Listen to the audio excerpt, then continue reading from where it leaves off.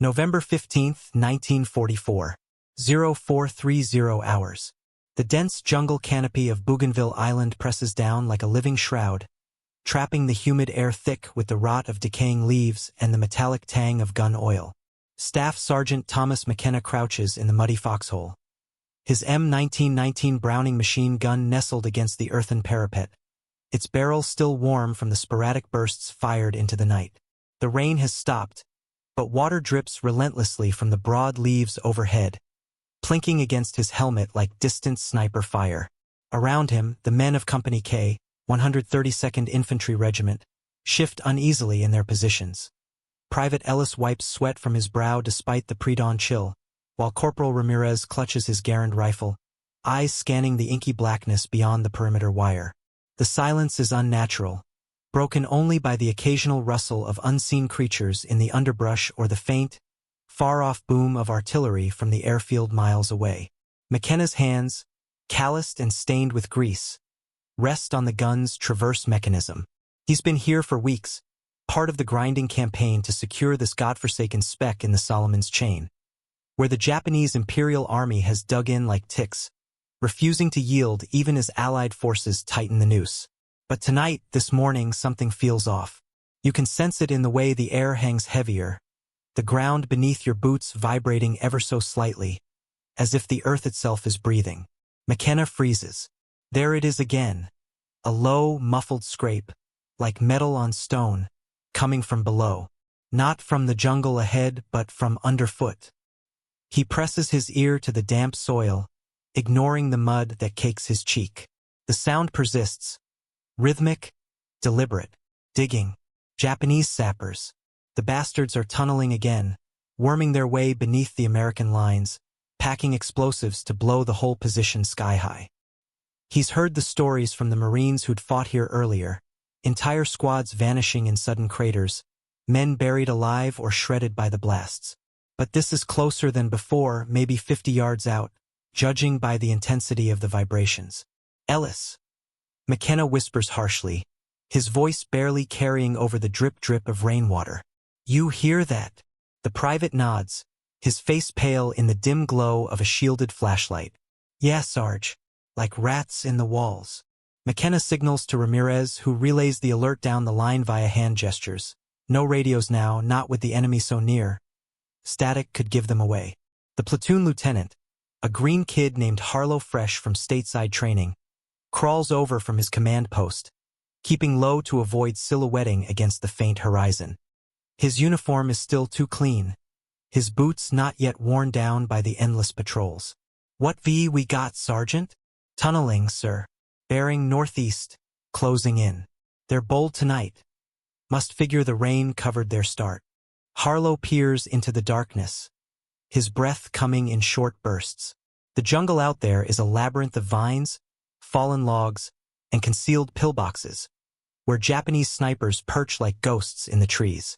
Standard procedure calls for countersapping or artillery, but the big guns are rationed, and digging back would take hours they might not have.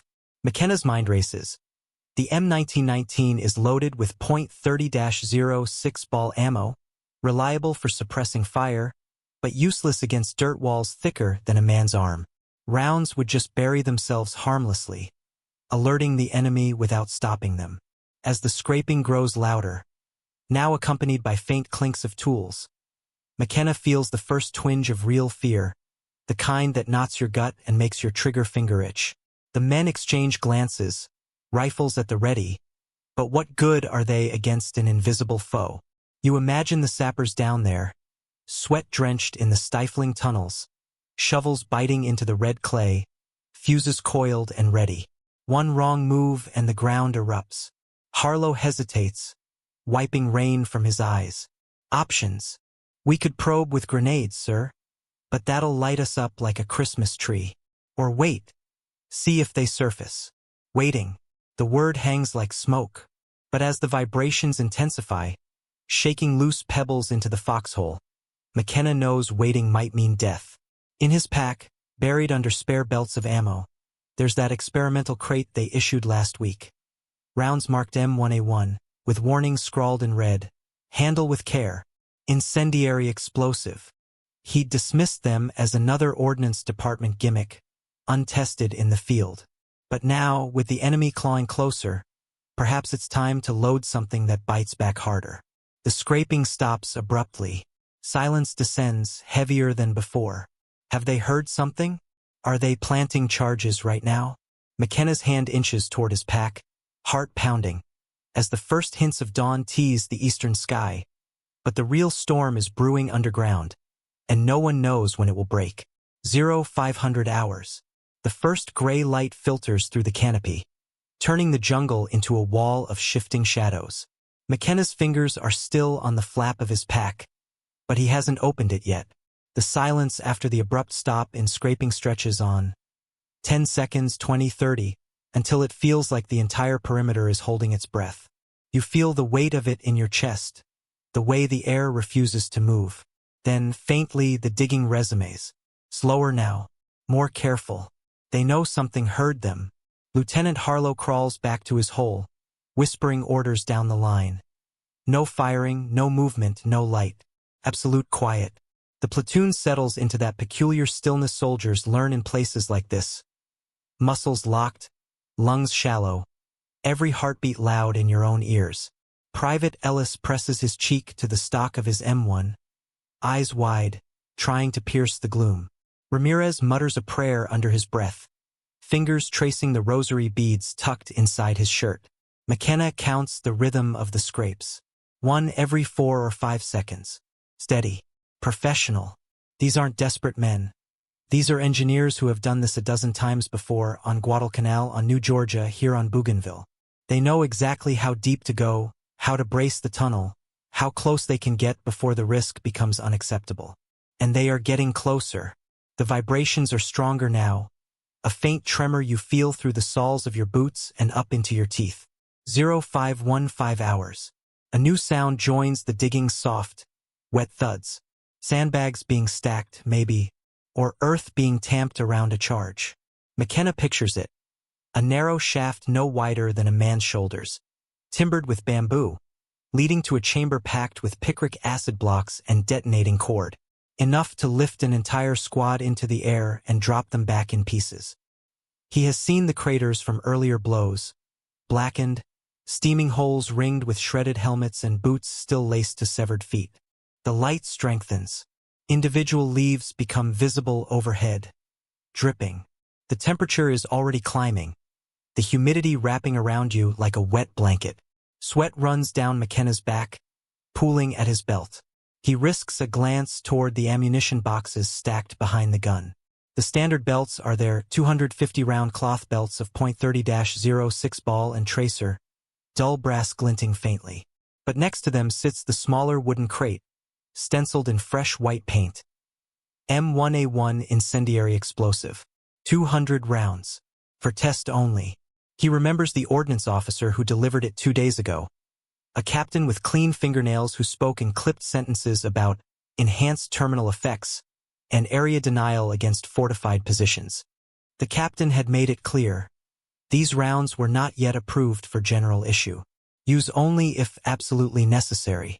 Report results. Necessary is starting to feel like the wrong word. Inevitable feels closer. 0525 hours. The digging stops again. This time it is followed by a new noise, muffled voices. Japanese. Low, clipped syllables carried up through the earth. You can't make out words, but the tone is calm, almost conversational. Orders being given. Final measurements. McKenna's stomach tightens. They are directly beneath the forward listening post now, maybe 30 yards out, maybe less. Close enough that a charge could collapse the entire company front. Harlow crawls back, mud caking his elbows and knees. His face is gray. Battalion says no artillery. They're afraid of short rounds hitting our own wire. Countersapping team is 6 hours away. His voice is flat, like he's reading from a script he doesn't believe. We hold in place. Wait for them to surface, then hit them hard. McKenna stares at him. Wait, again. He looks down the line. 28 men stretched across a front barely 100 yards wide, half of them shaking with malaria or exhaustion. Waiting means letting the sappers finish their work. It means gambling that the Japanese will pop up exactly where the platoon can see them in time.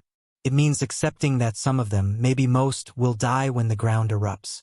You feel the seconds tick past like drops of water on a hot skillet. The voices underground resume, softer now. A faint clinking, metal on metal. Fuse caps being screwed on. Primers being seated. Every man in the line knows what that sound could mean. Ellis's breathing is ragged. Ramirez has stopped praying. His lips are pressed into a thin white line. McKenna makes the decision without asking permission. He pulls the crate forward, flips the latches.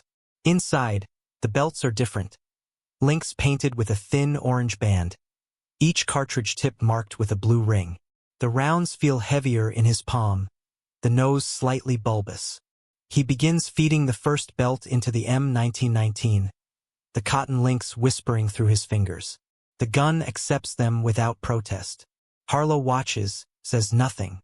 0550 hours.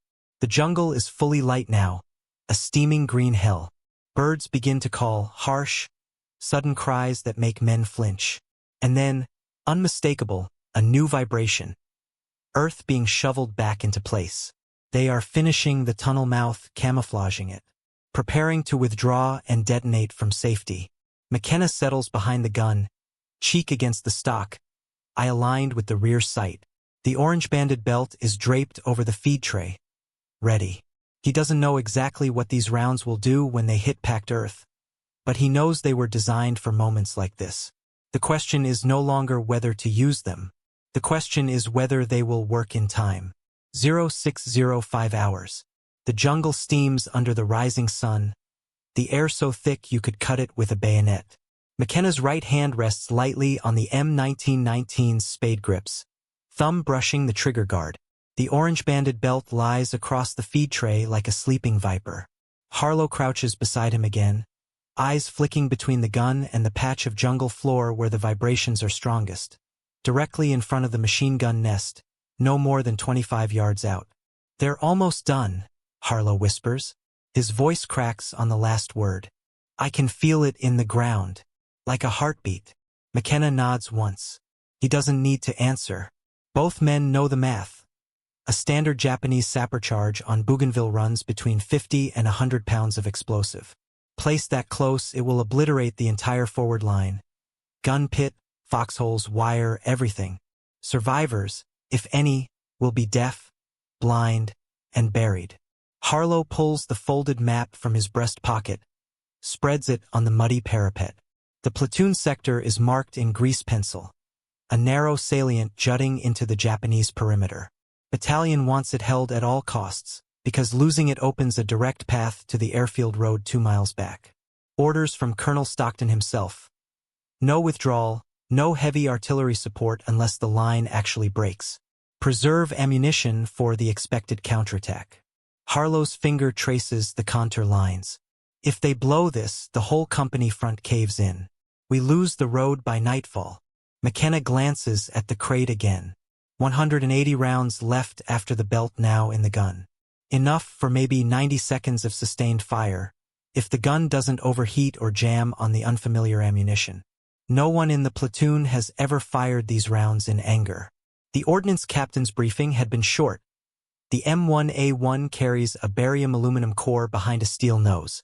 On impact with any resistance harder than flesh, the explosive detonates, producing a flash hot enough to ignite wood, canvas, and bamboo at 20 feet. Fragments burn as they fly. Designed for bunkers, not open ground. Perfect, in theory, for collapsing tunnels. But theory is a long way from a jungle morning with men's lives balanced on it. Harlow makes the call. We can't wait for them to finish. We have to force them out or collapse the shaft before they arm the charge. McKenna meets his eyes. We traverse the suspected line with the new rounds. Full belt. If the tunnel's shallow enough, the blasts will cave it in. If they surface to escape, we cut them down. Harlow hesitates only a second. Do it. I'll clear it with Captain Reese. He crawls rearward toward the field telephone buried under a poncho. The wire runs back through the jungle to Company HQ. A precarious lifeline that has already been cut twice this week by Japanese infiltrators. McKenna watches him go, then turns to Ellis and Ramirez. Ellis, your assistant gunner. Feet smooth, no kinks. Ramirez, spot for me, watch for steam or dust rising when the rounds hit. Anything moves out there, you call it. Both men nod. Ellis's hands shake as he drapes the second belt ready for quick change. Ramirez chambers a round in his Garand, settles the rifle across a sandbag. 0615 hours. Harlow returns, face grim. Reese approved, but we're on our own. No reinforcements until dusk. If this doesn't work, he doesn't finish the sentence. McKenna adjusts the tripod legs, sinking them deeper into the mud for stability. He elevates the barrel slightly, aiming not at the jungle itself, but at the ground 20 to 30 yards out, where the vibrations have been strongest. The T&E mechanism clicks softly as he locks in the traverse limits. A slow sweep left to right, covering a 40-degree arc. The platoon knows something is happening. Word has passed down the line in whispers. Rifles shift. Grenades are unpinned but safeties left on. Men press themselves lower into their holes, helmets tilted forward. You feel the heat building. The sun now clear of the trees, turning the foxhole into an oven. Sweat stings McKenna's eyes. He blinks it away, settles his cheek against the stock again. The front sight blade centers on a patch of reddish earth dotted with ferns. Beneath it, men are working to kill him and everyone around him. Harlow's hand lands on McKenna's shoulder, one squeeze, then gone. McKenna takes a breath, lets half out, and begins the slow, deliberate squeeze. The question hanging in the humid air is simple and brutal. Will the earth itself fight back hard enough, or will the tunnel hold long enough for the Japanese to finish their work and pull the firing cord? 0620 hours. McKenna's finger tightens fully on the trigger. The M1919 awakens with a deep, familiar roar, but the sound is wrong from the first round. Sharper, crisper. Each cartridge leaves the barrel with a flat crack instead of the usual rolling thud. The muzzle flashes orange, vivid even in daylight, and the recoil feels heavier, as though the gun itself is surprised by what it's throwing downrange. The first bursts stitch across the fern-covered ground 25 yards out. Dirt fountains in neat, dark spurts. Then the first M1919 round finds resistance, packed earth over the tunnel roof, and the world changes. A sharp pop, like a large firecracker, followed instantly by a brilliant white-orange flash that blooms 6 feet above the ground. Burning fragments hiss outward in a flat disk, igniting leaves and vines in a sudden circle of flame. The concussion rolls back over the American line, a hot slap against the face. You taste metal and cordite. Ellis flinches. Jesus, Sarge. Feed steady.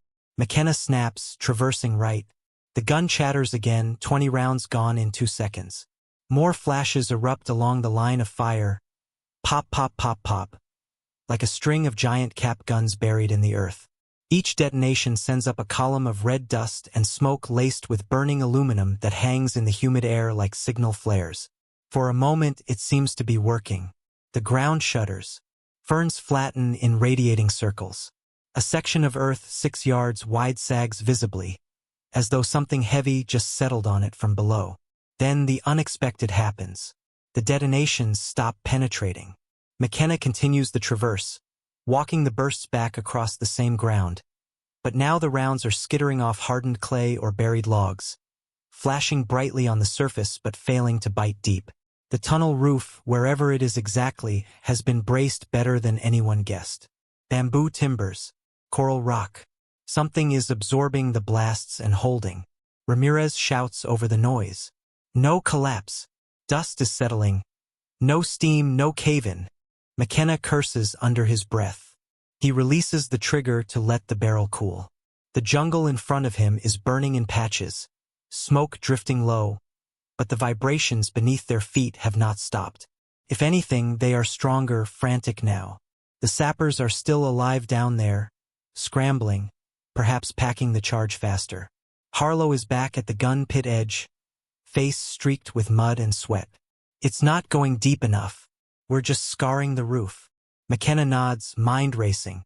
The ordnance captain had warned about this possibility. Shallow tunnels or heavy timbering could rob the rounds of full effect. They had assumed the sappers would dig shallow to save time. Wrong assumption. 0630 hours. The sun is fully up now, turning the smoke into a shimmering haze. Japanese mortar rounds begin to fall 200 yards behind the American line. Ranging shots, feeling for the platoon's reaction. The enemy knows something is happening. They always do. A spotter in a tree, perhaps, or a listening post deeper in the jungle. McKenna looks at the remaining belts. 160 rounds left. Not enough for prolonged suppression, but maybe enough for a different approach. He turns to Harlow. We need to concentrate fire on one narrow point. Pound the same spot until we break through the bracing. Single point traverse. Burn the barrel if we have to. Harlow hesitates. Overheating could warp the barrel or cook off rounds in the chamber. But the alternative is worse. He nods. McKenna adjusts the T&E mechanism to a tight 5-degree arc, centered on the patch of ground that sagged earliest, where the earth looked softest. He locks it down. Ellis drapes the next belt, fingers steady now that the unknown has become known. Ramirez watches the smoke. They're moving again. I felt it shift. Left, maybe 10 feet. McKenna recenters slightly. The gun is hot to the touch already. Asbestos gloves are slick with sweat. He waits for the next vibration to confirm, then settles in. The second burst is longer, 40 rounds in 4 seconds, all hammering the same 6-foot circle. The flashes merge into a continuous strobing glare. Dirt erupts higher this time, mixed with splintered bamboo and burning fragments that whirl upward like fireflies. A sharp crack echoes, not the explosive but wood giving way. The ground dips again, deeper, but still no full collapse. And now the vibrations have changed rhythm. Faster, desperate. The sappers are either reinforcing or preparing to blow the charge early. McKenna releases the trigger. The barrel glows dull red at the muzzle. He can smell hot oil and scorched paint. Harlow's voice is low. They're not quitting, and we're burning through ammo fast. McKenna looks at the last belt. 80 rounds remaining. Enough for one more concentrated push. Maybe 2 if they let the gun cool. But time is bleeding away. Mortar rounds are walking closer now. One explodes 50 yards back, showering the rear foxholes with dirt and steel splinters. Screams rise. The platoon is taking casualties while pinned, unable to maneuver. You feel the heat of the barrel radiating against your face, the ground trembling beneath your knees, the smoke stinging your eyes. The tunnel is still there. The charge is still there. And the next move has to break something, either the earth or the men holding the line. 0640 hours. The barrel of the M1919 is too hot to touch without gloves now. A dull cherry glow pulsing at the muzzle even in full daylight. McKenna pulls his hands back, flexes numb fingers, and waits the agonizing 30 seconds for the heat to bleed off enough to risk another burst.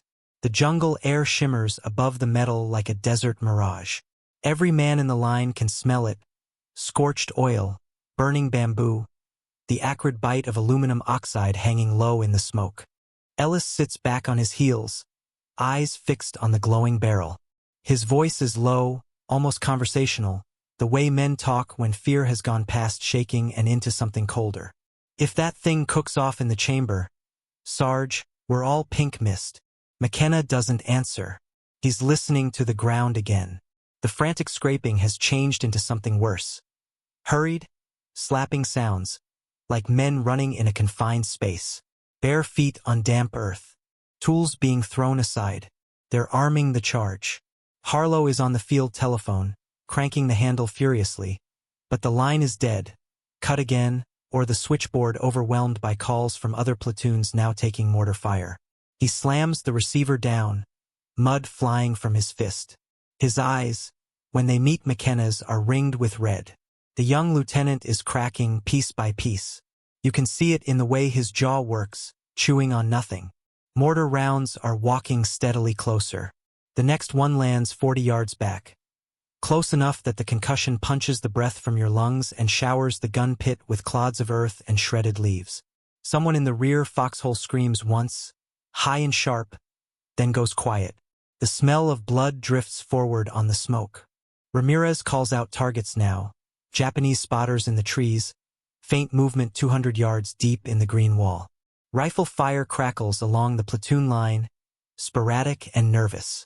Men are shooting at shadows because not shooting feels worse. McKenna's world narrows to the patch of tortured earth 25 yards away. The ground there is raw now, a blackened cratered scar ringed by burning grass. Wisps of steam rise where hot fragments have struck damp soil. But the center still holds. A darker patch, harder clay, or the main timber frame refuses to give.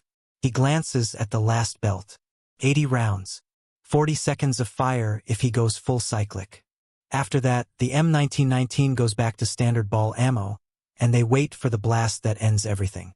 0650 hours. The sun is a white hammer overhead. Heat exhaustion is setting in. Men's movements are sluggish, lips cracked, eyes glassy. Malaria pills and salt tablets can't keep up with this. Private Ellis sags against the ammunition box, sweat pouring off him in sheets. His hands tremble as he tries to drape the final belt. Ramirez has stripped to the waist, skin glistening, rosary beads dark against his chest. Another mortar barrage, 3 rounds in quick succession.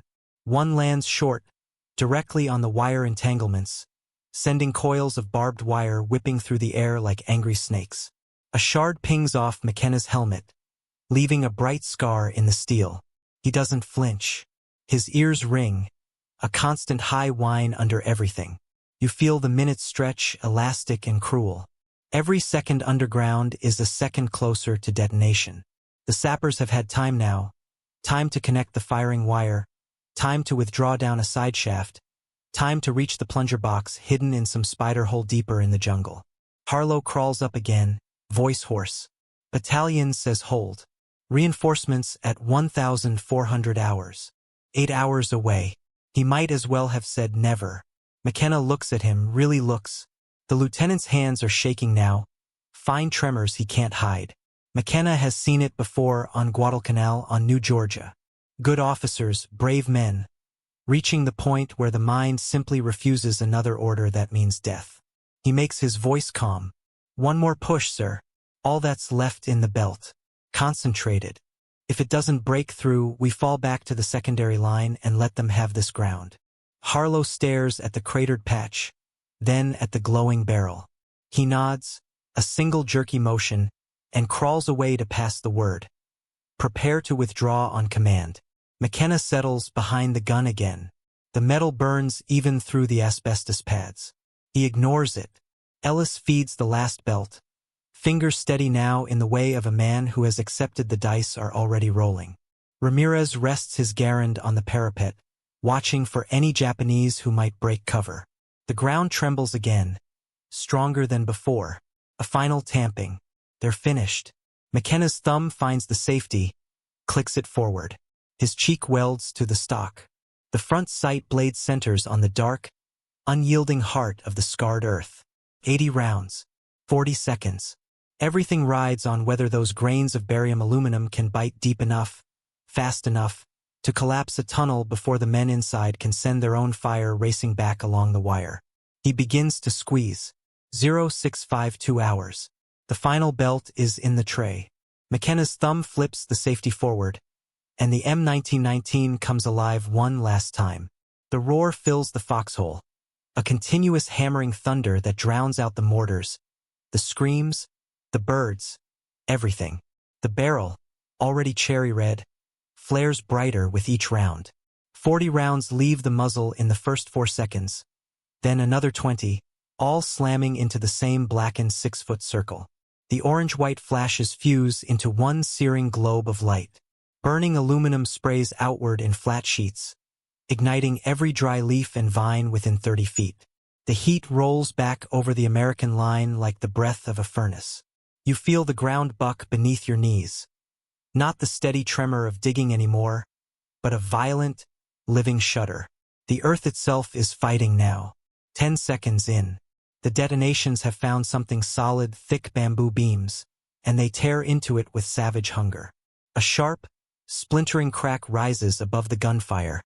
The the sound of timber snapping under impossible strain. Dust and steam erupt in a sudden geyser, shot through with burning splinters that whirl upward like sparks from an anvil. Ramirez shouts, voice raw. It's giving. Centers sinking.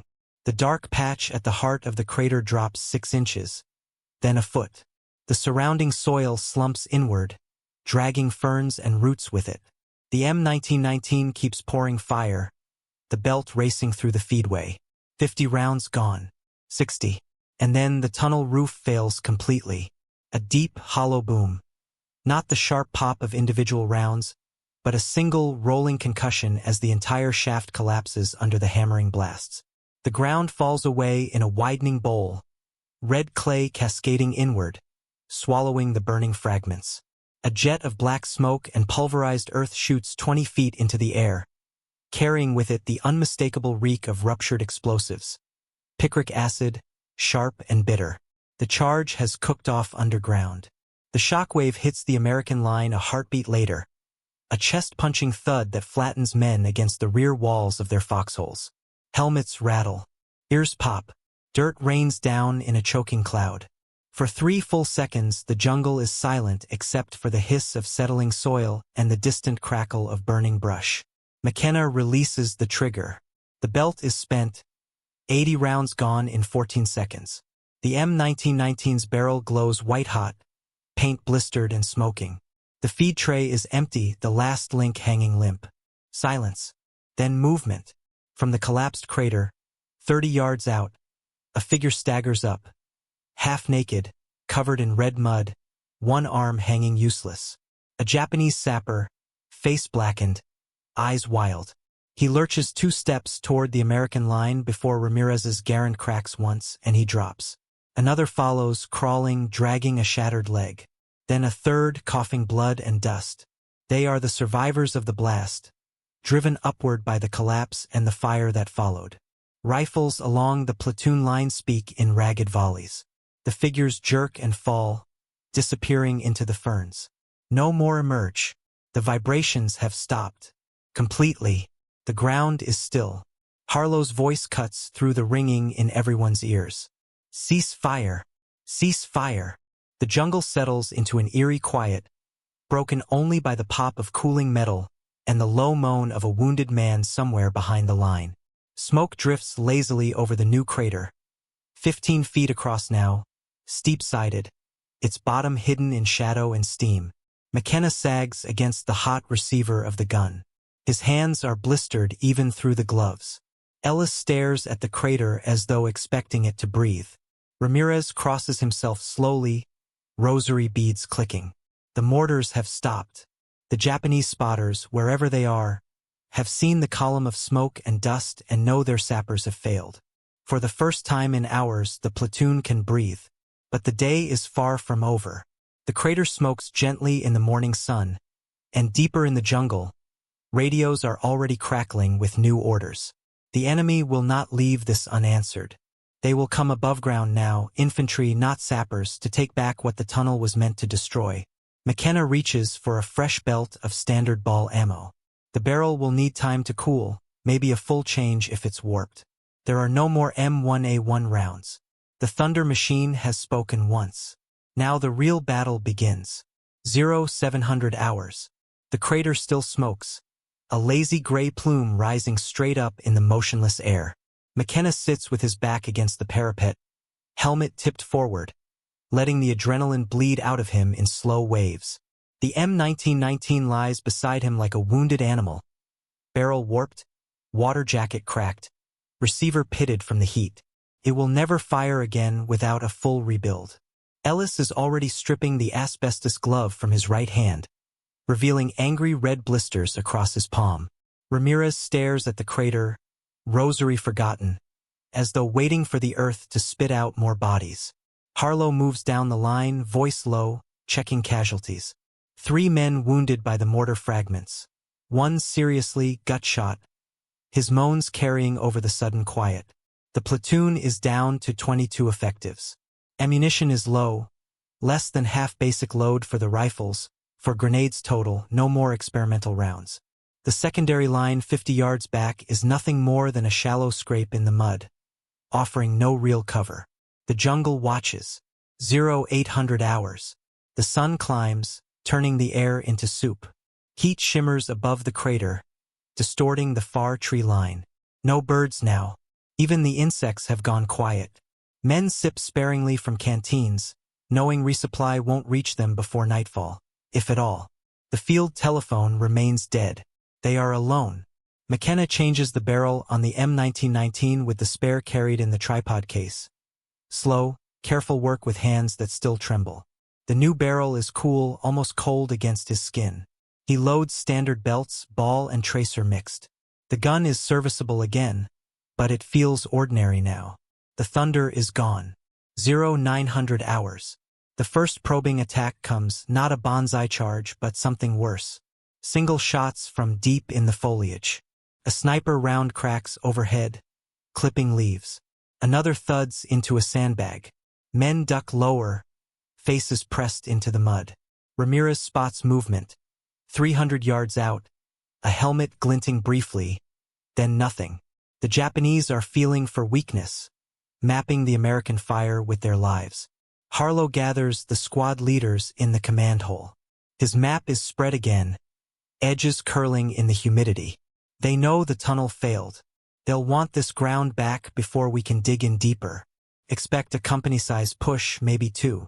Late afternoon, when the heat's worst and we're slowest. McKenna nods. They'll come straight down the track the sappers cleared underground. Right through the crater.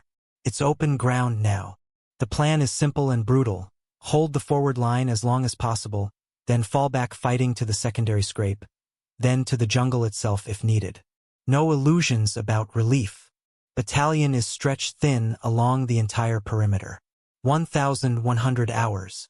The temperature tops 100 degrees in the shade that doesn't exist. Men stripped to undershirts, skin salt-streaked and sunburned. Malaria shakes begin for two privates. Their teeth chatter despite the heat. Water discipline breaks, canteens go dry. The wounded man in the rear hole has stopped moaning. His buddies cover him with a poncho.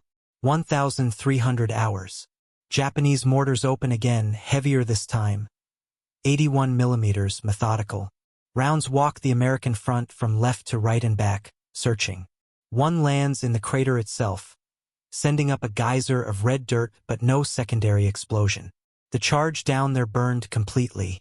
Another round airbursts above the gun pit, steel splinters whining. Ellis takes a fragment in the thigh, through and through, clean but bleeding hard. Ramirez ties it off with a belt, face grim. The platoon returns fire blindly, rifles and the single remaining bar cracking at shadows. Ammunition counts drop lower. 1,400 hours. The bombardment lifts as suddenly as it began. Silence falls again, heavier than before. You feel it settle on your shoulders like a wet blanket. Men look at one another, knowing what quiet means here. In the distance, faint at first, comes the sound of bugles, thin, reedy notes carried on the humid air. Then shouts. Orders in Japanese. The rustle of hundreds of boots moving through underbrush. Harlow's voice is steady now, the earlier tremor burned away by necessity. Stand to. Fix bayonets. McKenna settles behind the rebuilt M1919. Fresh belt loaded. Traverse set on the crater lip. The metal is already hot from the sun. His blistered hands grip the spade handles. Ramirez lies prone beside him, Garand ready. Ellis, thigh bandaged, props himself against an ammo box with a captured Arisaka rifle across his lap. The jungle across the crater begins to move. Leaves shaking in a line, like wind passing through, but there is no wind. Figures emerge at the far edge. Khaki uniforms, pith helmets, rifles with long bayonets glinting. First a skirmish line, then more behind. 100 men. Maybe more. They advance at a walk, not running yet, conserving strength in the heat. McKenna's thumb clicks the safety off. The question is no longer whether the Japanese will come. It is how long 22 exhausted men can hold before the line breaks and the jungle swallows them whole. 1,500 hours. The Japanese advance across the open crater ground in staggered rushes. one platoon bounding while the others lay down fire. Their rifles crack in disciplined volleys, bullets snapping overhead or thudding into the American parapet. The first wave is 30 men, khaki uniforms dark with sweat, bayonets fixed, moving fast despite the heat. McKenna opens fire first. The rebuilt M1919 roars to life on standard ball ammo, the familiar heavy thud returning. Less dramatic than the explosive rounds, but steady and lethal. Tracers arc across the crater in flat red lines, walking into the leading squad. Men jerk and fall, rolling down the steep sides of the collapse, uniform staining darker. The advance staggers but does not stop. Behind them, more figures spill from the jungle edge. Another platoon, then a third. Rifles along the American line join in, ragged but determined. Ramirez works his Garand with mechanical precision. Load, sight, fire, the metallic ping of the clip ejecting every 8 rounds. Ellis, thigh bandaged and swollen, fires the Arasaka from a sitting position, each shot careful, conserving ammunition.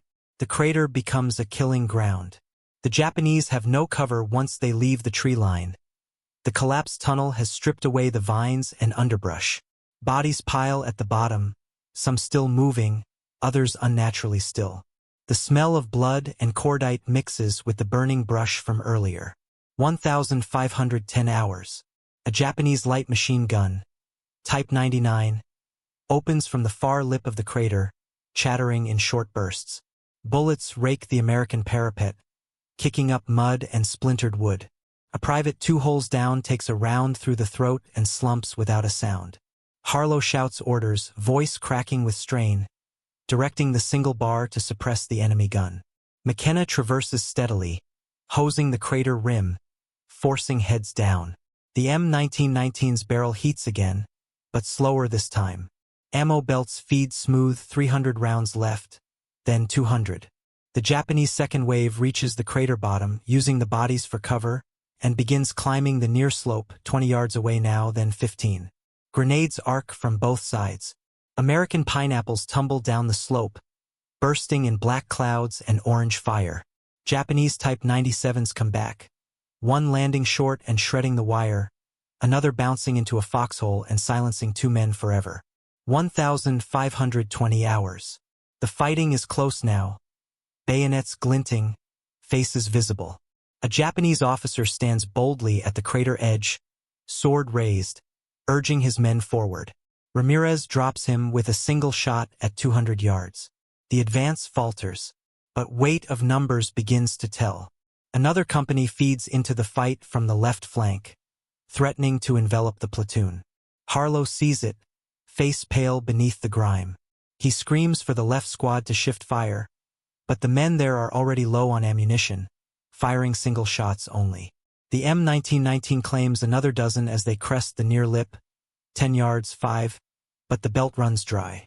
Ellis fumbles the next one in under fire, fingers slick with blood and sweat. McKenna keeps the trigger down, walking bursts across the climbers until the gun clicks empty again. 1,530 hours. The line buckles. A knot of Japanese breaks through on the right, overrunning 2 foxholes before grenades and point-blank rifle fire stop them. But the cost is brutal, 6 Americans down, the right flank exposed. Harlow gives the order everyone has dreaded. Fall back. Secondary line, go! Men rise from their holes in 1s and 2s, firing as they retreat. McKenna and Ramirez haul the M1919 tripod between them, Ellis limping behind with the ammo boxes. Bullets chase them, clipping leaves and thudding into trunks. The secondary line, 50 yards back, is barely a knee-deep scrape. They drop into it gasping, turning immediately to face the pursuit. The Japanese pause at the abandoned forward position, wary of another trap, but only for moments. Bugles sound again. They come on. 1,540 hours. The final stand lasts 20 minutes. The M1919 claims more lives from the new position, but ammunition dwindles to the last belt. Rifles fire until bolts lock open. Grenades are gone. When the Japanese reach 20 yards, Harlow stands with his Thompson, emptying the drum into the front rank before a bayonet takes him in the side. McKenna keeps firing until the gun is empty, then swings it like a club. Ramirez goes down beside him, rosary tangled in his fingers. Ellis fires the Arasaka until the bolt jams on an empty chamber. The line collapses inward. The Japanese overrun the position in a rush of khaki and steel. But the cost has been appalling. As the sun dips toward late afternoon, the Japanese hold the ground, at the price of nearly 200 dead and wounded strewn across the crater and the jungle floor. The American platoon, 28 men at dawn, lies silent. 12 dead, 8 wounded and captured. The rest vanished into the green hell carrying their empty weapons. The salient is lost. The road to the airfield is open. Yet deeper in the perimeter, fresh American units are already moving up, drawn by the sound of the battle. The Japanese advance hesitates, bloodied and low on ammunition themselves. The crater smokes gently in the failing light, a raw red wound in the earth, ringed by the bodies of men who paid for every foot of ground. The thunder machine is silent now, barrel twisted and cold. 1,600 hours. The bugles fall silent.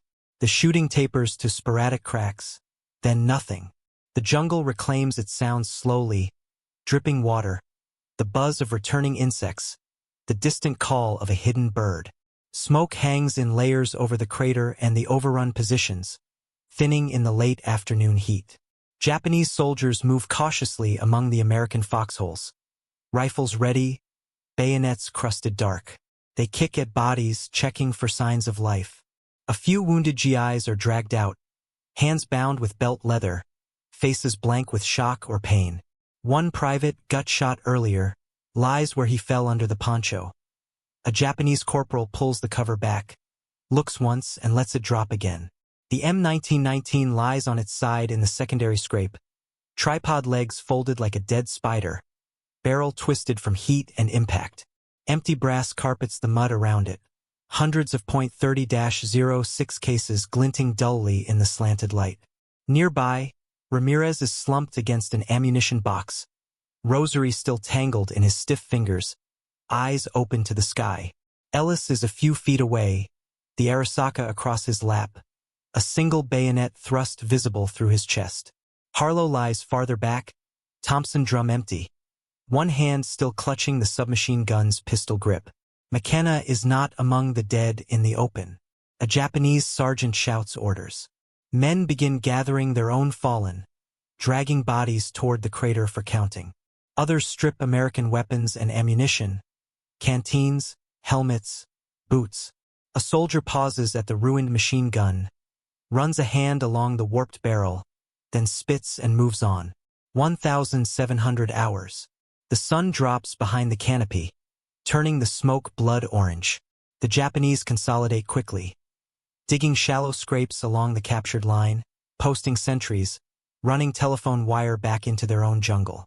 A field kitchen is set up deeper in the trees. The smell of boiling rice drifts forward. Victory smells like food and cordite. In the crater itself, the collapsed tunnel has become a mass grave. Dozens of Japanese sappers and infantrymen lie tangled at the bottom, half buried in red clay, limbs at wrong angles. Flies gather in black clouds. The picric acid stench lingers, sharp under the sweeter odor of death. A few American wounded, those who can walk, are prodded rearward along a narrow trail, disappearing into the green. The seriously hurt are left where they lie. Japanese medics move among them with bandages, but priority goes to their own. 1,800 hours. Twilight drains the color from everything. The jungle darkens in stages. First the underbrush, then the mid-canopy, finally the sky itself. Japanese voices carry softly now, low and tired. Sentries settle into positions, cigarettes glowing briefly before being cupped in palms. The ground is quiet. No more firing anywhere along this sector. The salient has changed hands. The road to the airfield lies open for the moment, and both sides lick their wounds in the growing dark. Somewhere deeper in the American perimeter, runners have reached battalion with news of the lost platoon. Fresh troops are already moving up through the mud, weapons slung, faces set.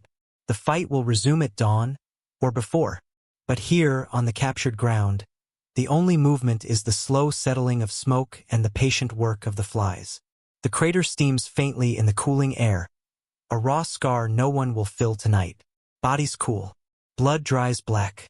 The jungle begins to cover its dead with shadows. 1900 hours. Full dark settles over the Bougainville jungle like a heavy curtain, pierced only by the faint glow of Japanese cigarettes and the occasional spark of a match. The crater is a black void now, its edges softened by shadows. The steam from earlier long dissipated into the cooling night air. No wind stirs the canopy. The humidity clings, turning sweat cold on exposed skin. A Japanese private, no older than 18, sits on the lip of the forward foxhole, once McKenna's, his Arisaka rifle across his knees. He stares into the darkness toward where the American lines held that morning, listening to the faint rustle of patrols moving up through the underbrush. His hands, still caked with red clay from dragging bodies, tremble slightly as he lights another cigarette. The tobacco is harsh, local leaf mixed with rice paper, but it steadies him. Around him, his squad settles into the captured positions. Helmets off, boots unlaced, rations passed hand to hand. Rice balls, hard and cold. Sake from a shared canteen, sipped in silence. Deeper in the crater, the mass of bodies cools. Sappers from the morning, their tools still clutched in stiff fingers. Shovels with broken handles, coils of detonating cord tangled like veins. Infantrymen from the assault sprawl atop them, bayonets bent from close work, uniforms torn and soaked black. Flies hum in low clouds, laying eggs in open wounds. The picric acid has seeped into the soil, staining it yellow where it mixes with blood. One Japanese soldier, a corporal with a bandaged arm from shrapnel, crawls to the edge of the pit on his belly, peers down with a flashlight. The beam catches glints of metal. American dog tags half buried in mud, a garand bolt locked open, fragments of the M1919's shattered tripod.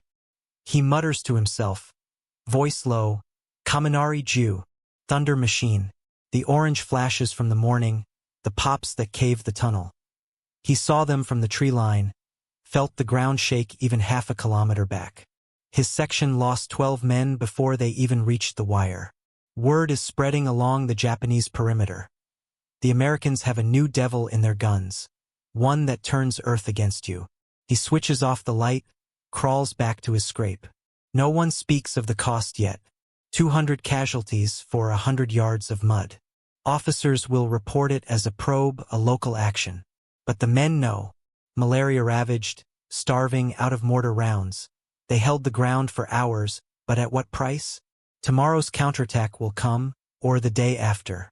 The airfield road gleams invitingly in the moonlight, but no trucks will roll down it tonight. Across no man's land, in the deeper American lines, a patrol from Company L creeps forward. Private First Class Harlan, one of the malaria cases from earlier, leads them, eyes fever-bright, M1 slung low. They find the first bodies at the secondary line. Ramirez, rosary beads now dark with blood, clutched like a talisman. Ellis nearby, face peaceful, as if asleep. The Arisaka lies discarded. Harlan picks it up, checks the chamber out of habit. Empty. They move quieter now, avoiding the Japanese sentries. Harlow's body is last, side torn open, Thompson still gripped tight. No sign of McKenna. Maybe he slipped back during the fallback, or maybe he's out there in the dark, wounded, waiting. A runner had brought word to battalion. The platoon bought time, enough for 2 fresh companies to dig in along the reverse slope. The road holds for another day. The patrol marks positions on a damp map, plants signal flares unlit in the mud, then ghosts away. No recovery tonight. Dawn will bring artillery, maybe naval guns from the slot. The crater will dance under 105mm shells, burying the dead deeper. 2,200 hours. Moonlight filters through gaps in the canopy, silvering the spent brass that litters the ground. American .30-06 mixed with Japanese 7.7mm, indistinguishable in the pale light. The M1919 lies abandoned, its orange-banded belts long stripped by looters, rounds pocketed as souvenirs or curiosities. A single M1919 cartridge rolls free from a torn link, nose up in the mud. Tomorrow someone will find it, test it on a stump, Watch the flash and hear the pop. Word will spread further. Thunder machine. Avoid the earth when it speaks. The jungle breathes. Frogs start their chorus, ignoring the dead. Rats emerge first, noses twitching at the feast. A light rain begins, soft patter on leaves, washing blood into rivulets that snake toward the crater. No bugles, no voices, just the drip of water, the shift of settling soil, the slow return of life over death. In Washington, months from now, an ordnance report will note the M1919's field test. 180 rounds expended. 1 tunnel collapsed.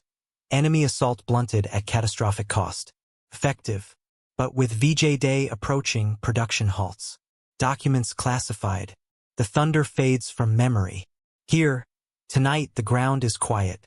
The men who fed it, American, Japanese, lie as one, cooling under the rain. The war moves on, leaving only scars.